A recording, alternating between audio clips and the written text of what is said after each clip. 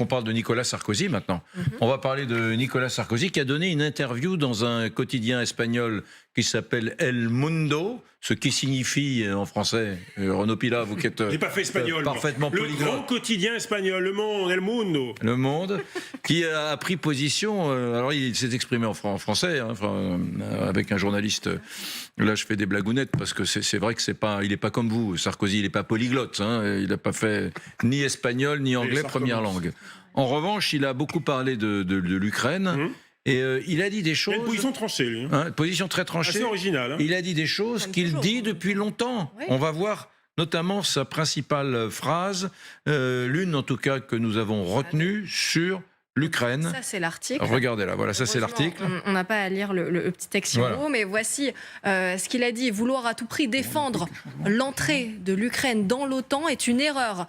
La vocation de l'Ukraine devrait être de rester un pays neutre, bénéficiant bien sûr de très solides garanties de sécurité de la part de la communauté internationale et d'aspirer à redevenir un pont entre la Russie et l'Europe. Voici ce qu'il dit. Bon, finalement, c'est vrai qu'on l'a déjà entendu avoir ces termes-là. Il a toujours eu cette même position, Nicolas Sarkozy, depuis le début, parce qu'on sait plusieurs choses. On sait, qu'il est... Et d'ailleurs, il est assez fidèle à la première parole, souvenez-vous, au début du conflit, de Emmanuel Macron. Il ne faut pas rompre le lien et le dialogue avec là, c'est ce qu'il va dire après. C'est exactement ça. Et deuxièmement, il estime effectivement que l'Ukraine n'a pas vocation à rentrer dans l'Europe. Pourquoi dans l'Union européenne? Et pourquoi il dit ça? Parce que de toute manière, Nicolas Sarkozy a toujours été un adversaire à l'élargissement de l'Europe. Il est contre l'élargissement de l'Union européenne. C'est absolument pas une thèse qu'il a défendue. Ça, c'est une première chose. La deuxième chose, c'est qu'il est assez conforme à une idéologie, je dirais, qui est une idéologie qui a été longtemps entretenue par Nicolas Sarkozy et cette droite sarkozienne. C'est-à-dire qu'il y a des pays qui doivent servir de pont entre le Grand Est et l'Occident, et l'Ukraine en fait partie. Là-dessus, il n'a pas changé. C'est une idée qu'il avait déjà quand il y a eu le conflit en Géorgie. On accueille Alexandre Melnik, ancien diplomate soviétique. Bonsoir. Merci d'être avec nous. Anne Niva, reporter de guerre, spécialiste des questions internationales. Bonsoir Didier François, également reporter de guerre et spécialiste des questions de défense. Merci d'être avec nous. C'est très subtil, mais on a glissé. Vous avez été très fort sur la transition. On a dégagé discrètement 2 ou 3 parlementaires. Dégagisme. Il y avait de l'ambiance. Il y avait de l'ambiance. Bon, Alexandre Melnik, de quoi se mêle l'ancien président de la République de ses affaires? Après tout, il était intervenu sur le dossier géorgien pour le plus grand bien de la Géorgie, dit Nicolas Sarkozy lui-même, dans cette interview d'ailleurs. Est-ce qu'il a raison, là, de parler et de montrer une voie différente sur l'Ukraine, à savoir, elle n'a pas entré dans l'OTAN? Il s'agit vraiment d'une voie différente, parce qu'à mon avis, il persiste dans son erreur. Il avait déjà exprimé sa position plusieurs fois. Pour moi, c'est une myopie géopolitique. C'est-à-dire, il sous-estime les enjeux globaux de la situation. C'est un regard franco-français sur cette problématique, donc il ne peut pas aller au-delà de ce niveau qui est le sien, tout simplement parce qu'il ne comprend pas l'enjeu global de cette guerre, parce que la Russie, elle, ne s'attaque pas seulement à l'Ukraine, il s'attaque aux valeurs de la civilisation occidentale, dont la France. Et à mon avis, ces propos du président de la République témoignent justement de sa méconnaissance de la politique internationale d'aujourd'hui. Il est resté accroché, attaché aux anciens critères. Donc c'est quelqu'un qui a eu, comme vous l'avez souligné, beaucoup de mérite pour arrêter la guerre entre la Russie et la Géorgie.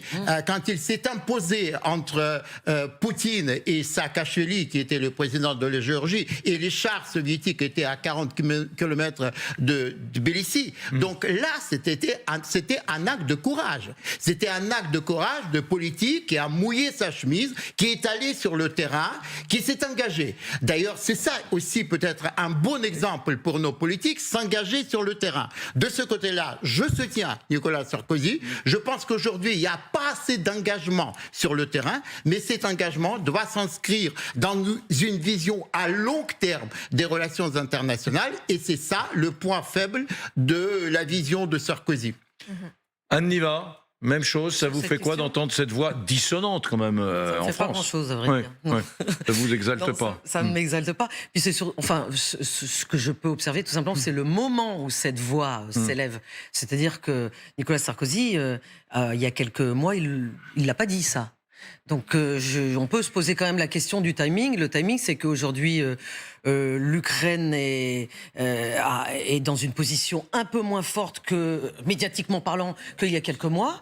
Et donc Nicolas Sarkozy a choisi ce moment-là pour dire qu'il faudrait qu'elle reste neutre. Voilà, tout simplement. À mon avis, il y a un rapport, une corrélation. On l'a déjà entendu. Il a dit cet été. Non, je suis pas d'accord. Il l'a dit cet été. Figaro Magazine. Non. Ça, c'est peut-être plus audible aujourd'hui. Au journal de 20h de TF1, je crois qu'il a dit C'était des au choses beau à peu milieu près. de l'été. Ouais, beau milieu D'accord. de l'été. Donc ça Agile- pouvait passer un peu Agile inaperçu. boulot. hein. Bon, Donc- là, ça passe moins inaperçu. Mais c'était sans compter sur LCI qui avait évidemment vu la séquence. Didier François, même question, Oui, même cette réponse. position, ouais, même réponse. C'est-à-dire qu'il demande à l'Ukraine d'abandonner, en fait, d'abandonner la moitié, enfin 20% de son pays, comme il a demandé à la Géorgie d'abandonner 20% de son pays. Justement, regardez ce qu'il a également dit, Nicolas Sarkozy, dans le quotidien El Mundo.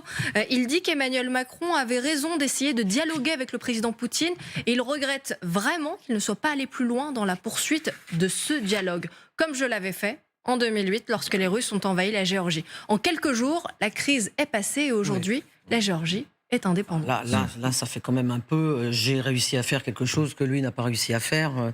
Moi, je suis également pour toutes sortes de dialogues, que ce soit avec Poutine ou avec n'importe qui. Je suis toujours pour le dialogue parce qu'il me semble que ça est une définition de la diplomatie. Donc ça, à mon avis, on peut pas être contre. Mais le fait est que la crise entre la Géorgie et la Russie n'a pas eu la même résonance ici en France et en Europe que la crise ukrainienne. Donc la crise ukrainienne est beaucoup plus compliquée à résoudre. Et puis, en dépit de l'action de Nicolas Sarkozy, il y a quand même 2 régions de Géorgie qui sont sous occupation. Bien sûr, 20%, bien sûr. 20% Il l'utilité reste dangereuse. sur russe. Exactement, c'est le même ratio. Donc c'est pas vraiment Bon. une réussite.